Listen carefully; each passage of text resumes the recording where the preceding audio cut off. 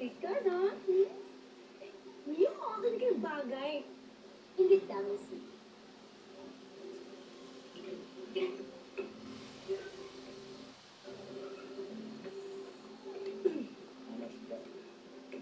Malay.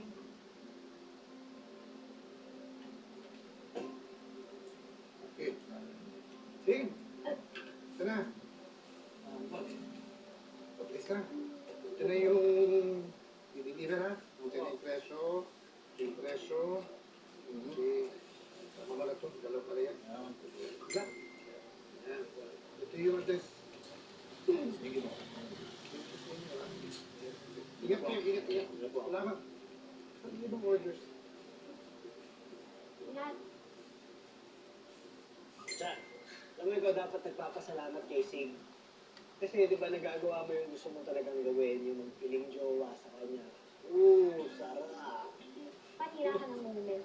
Oh, inamin mo rin, gumagawa ka ng moment. Tinulungan ko lang naman si Sig para di siya mapahiya ko ng mismo. At para makaskor sa puso ni Sig. Luma na yan, wala na bang iba? Teka nga, bakit ba laging gustong-gusto mong pinuko?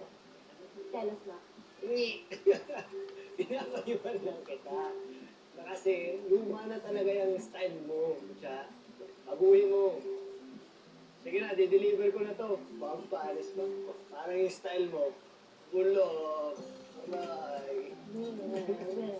Ang trip niya.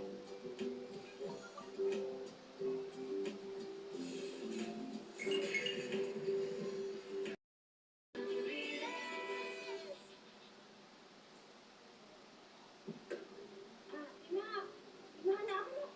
Ay, naku, tutulungan ka. Hindi, ako na. Bakit ba? Ay, ako na. Kaya ko naman eh. Ano bakit? Eh, parang hindi mo naman ako kilala. Eh, di ba, noon pa naman ako may helping hand. Jesus. Una, ayun nga sa tingin ko, dapat bigyan na natin ng linggo si Jules.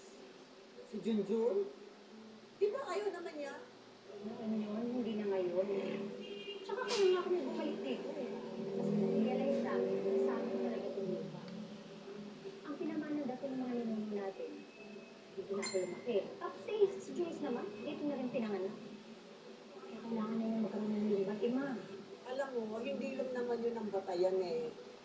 Ang kinakailangan doon, maging aktibo siya sa sityo. Magkaroon siya ng malasakit at saka pagmamahal sa komunidad. ilablag naman namin ang mga